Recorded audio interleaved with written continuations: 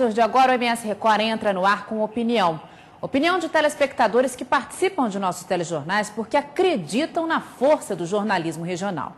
Eu estou aqui no estúdio hoje com o defensor público que representa a avó paterna da menina que foi agredida pelo pai e que teve as imagens do flagrante divulgadas em todo o país. Foi ele quem fez o pedido ao juiz para que a avó fique com a guarda da criança de 9 anos.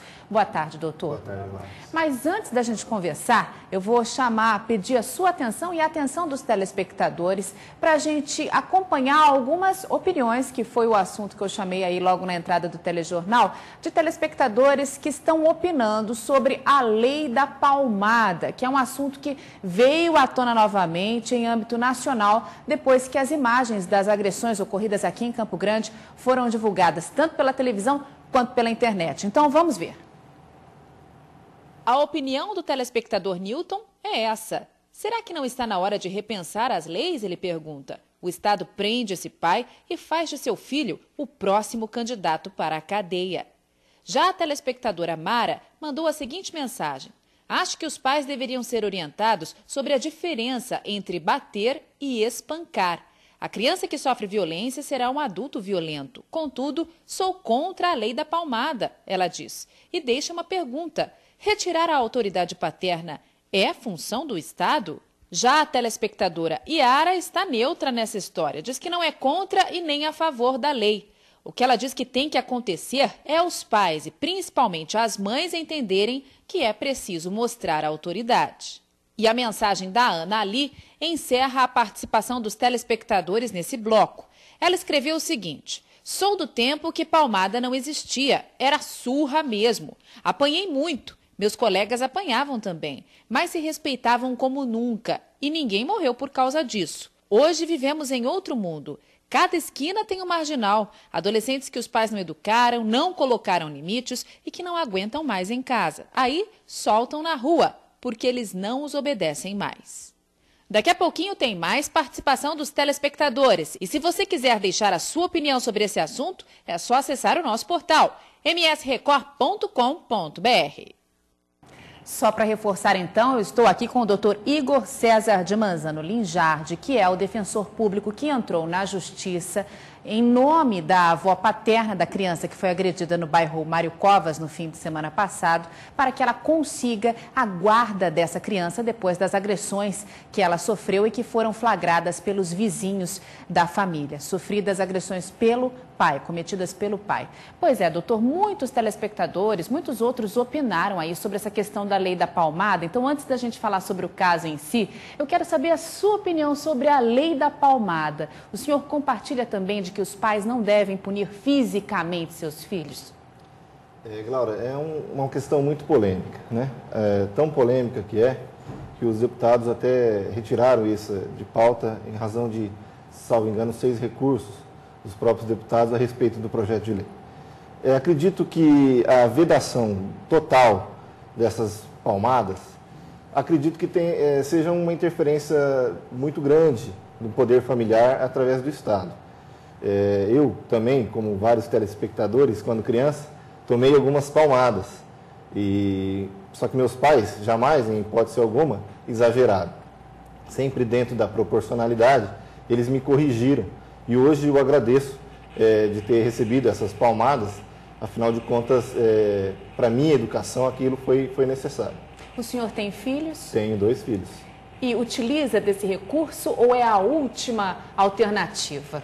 Sempre é a última alternativa. Primeiro a gente tem sempre que conversar, através de uma boa conversa, talvez a gente consiga resolver. Quando uma boa conversa não resolve, não vejo problema e já dei algumas palmadas, tanto na minha filha, que hoje tem 18 anos, está fazendo direito e que me parece está correndo uma vida correta, e o meu filho de 5 anos também, quando ele é mais levado que ela, já houve necessidade de uma palmadinha assim.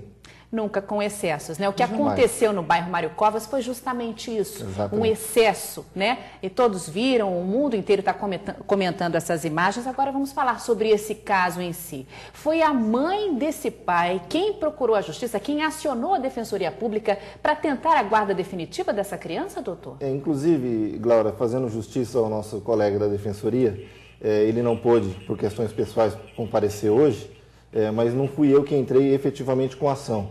Foi o Dr. Elton que hoje protocolizou esse pedido de guarda, representando a mãe da criança. Foi ela procurou a defensoria, até mesmo em razão... Representando a avó, né? A avó. A avó da criança. Eu falei errado, desculpa, a avó. Em razão da repercussão, e não só em razão disso, mas a criança, no momento em que o pai acabou sendo detido, a criança foi abrigada. E o abrigo, todo mundo sabe, os conhecedores do direito e da sociedade sabem disso, o abrigo é uma situação excepcional. Somente em último caso, as crianças são abrigadas, são retiradas do seio familiar.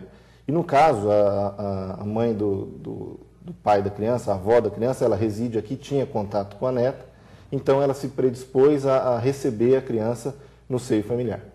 Pois é, falou. E voltando a falar com o senhor, doutor, a briga será agora com a mãe biológica e com essa avó, analisando, assim, o senhor que tem experiência nesse tipo de questão, qual a probabilidade dessa avó ficar com essa criança definitivamente? Veja bem, Glaura, o fato da senhora de Jardim ser mãe biológica da criança, isso tem um peso bastante relevante. Mesmo que ela não tenha convivido com essa criança até hoje? Mesmo que ela não tenha convivido. Só que isso a gente não pode cravar que só isso seja o suficiente para obter a guarda. Através das reportagens, de tudo que tem sido divulgado, a gente observa que quem tem mais contato com a criança é a avó. E a avó, pelo menos no meu entendimento, que é um entendimento fora dos autos, sem conhecimento de todas as provas, de detalhes de todo o processo, me parece que a avó ela sai um pouco à frente da mãe em relação a isso. Até por conta da falta de contato da filha com a mãe. A gente não sabe até que ponto ela enxerga aquela pessoa como mãe, como responsável por si. Então a avó, por outro lado, como teve a neta sob sua guarda até os 6 anos, acredito que a própria criança, que pode ser ouvida na justiça, a própria criança queira ficar sob a guarda da avó. E esse pedido feito pela Defensoria é pela guarda definitiva, é isso? Sim, todo pedido que é feito é pela guarda definitiva. A princípio, a juíza despacha e para que haja um responsável legal pela criança, é possível que se dê a guarda provisória. Que a criança já está com essa avó paterna, inclusive. Sim, né? Ela já está, mas ainda não sob a guarda provisória. Ela está sob um termo de responsabilidade, que é uma medida mais rápida para efetivamente tirar a criança do abrigo. E ela é um termo de responsabilidade que a avó assinou e se comprometeu a entrar com essa ação de guarda, o que já foi feito. Agora a juíza vai receber essa ação e vai despachar concedendo ou não a guarda provisória. Acredito, muito provavelmente, que conceda. E essa guarda provisória permanece em vigência até o final do processo. Quando, então, isso é demorado? Muito já tem sido perguntado a respeito disso. A gente não tem como cravar um tempo, porque a juíza da infância ela não tem como sair do seu gabinete e ir até a casa da avó e a casa do pai, e nem tampouco até a casa da mãe, que, salvo engano, reside em Jardim. Ela tem alguns representantes, algumas técnicas do Poder Judiciário que estão atreladas à vara da infância que fazem esse papel. São psicólogas, são assistentes sociais, que vão ao local da residência do pai, entrevistá-lo, ver as condições de vida dessa criança. É um trabalho de campo mesmo. É um trabalho de campo. E também vão à casa da avó. Através de entrevistas vão ser conhecidos os passados de pai, de filha, de avó, enfim. Com base em todos esses detalhes, a juíza, ao final do processo, decidirá com quem a criança vai ficar. Vamos supor que essa avó consiga essa guarda definitiva. Esse pai vai poder visitar a menina? Vai.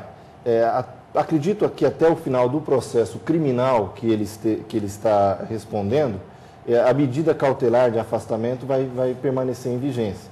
Mas depois de uma eventual condenação, ou até mesmo de alguma outra medida despenalizadora, uma medida alternativa, isso não impede que no futuro ele tenha contato com a filha. E acredito eu até que a própria filha isso no futuro vai querer.